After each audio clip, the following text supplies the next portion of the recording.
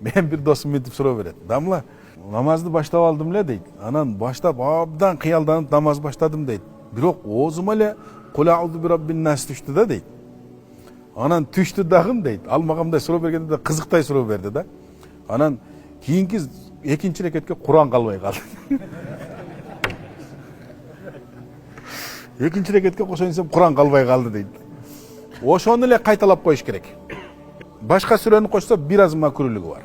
Себеби ирет бул. Курандагы ирет бул сахабалардын ижмасы менен болгон нерсе да. Макру болуп калат. Эми окуп алган болсо намазы бузулуп калды, ал намазды кайтарып окуш керек деген сөз жок.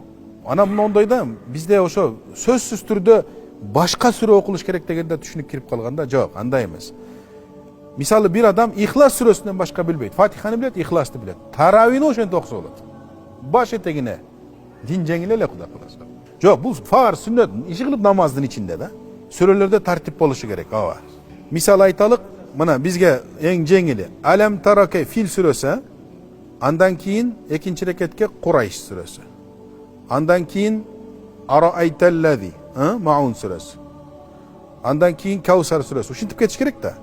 Бирок бирөө ушинтип кетиш керек деген сөзсүз ушинтип кетиш керек эмес. Bir сүрөнү окуду, зам сүрө окуду, фил сүрөсүн окуду, кийинки Курайшты таштап, экинчи рекетке Араайталлазини кош окуса, макру болот деген жери бар. Мындай чоң макрулерге кирбейт.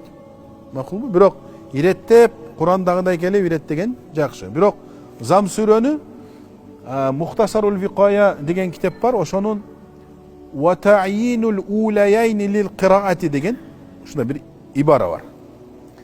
Алдыңкы эки рекетти кыраатка дайындап алыш керек деген сөздү биздегилер зам сүрөнү дайындап алыш керек деп түшүнүп калган. Биздегилер дейм да.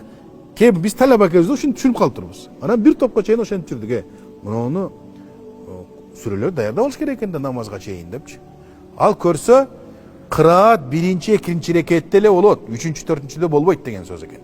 Кайсы сүрө келсе, ыңгайлуу сүрө келсе, ошону окуп кете бересиз. Анан жанагындай атайлап тескери кылган чындап макру болот.